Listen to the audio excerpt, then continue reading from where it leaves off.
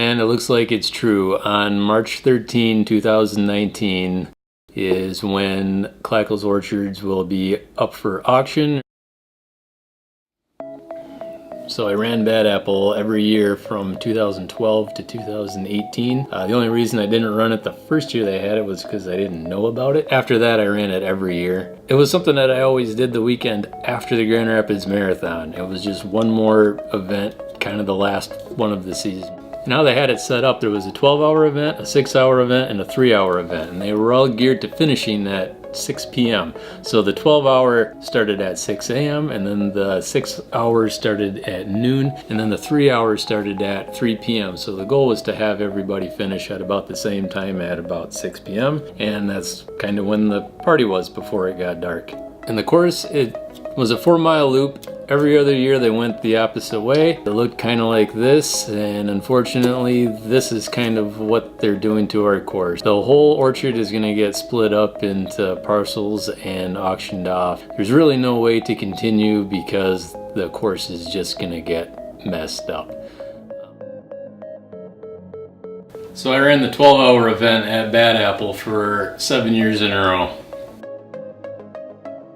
In those 7 years, it ran a total of 89 laps. And in 7 years, 89 laps is 356 miles. I don't think anybody's run more miles at Bad Apple than I have. They gave away things like this after the race for the first couple of years. And then they switched to these dog tag looking things. So I've got a few of these over the years as the finisher trinket. Yeah, it was a fairly flat course, just a few little bumps, small hills. The course is mostly on dirt roads, a little bit of a single track in a couple areas that kind of mixed it up a little bit. Run through a pumpkin patch, you could pick your own pumpkin, carry it to the finish.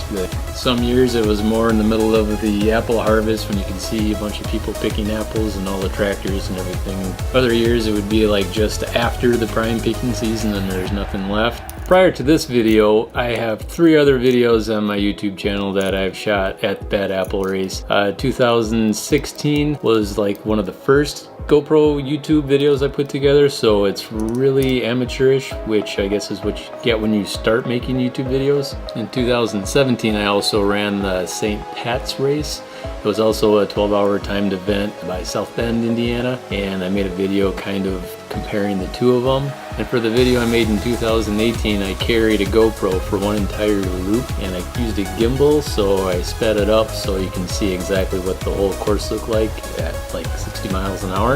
I'll always have that to look back at and see what the course used to be like. So if you haven't run Bad Apple already, I'm sorry everybody out there, but you're never going to get a chance because it's done. They're hanging it up. They can't do it anymore because the property's being sold.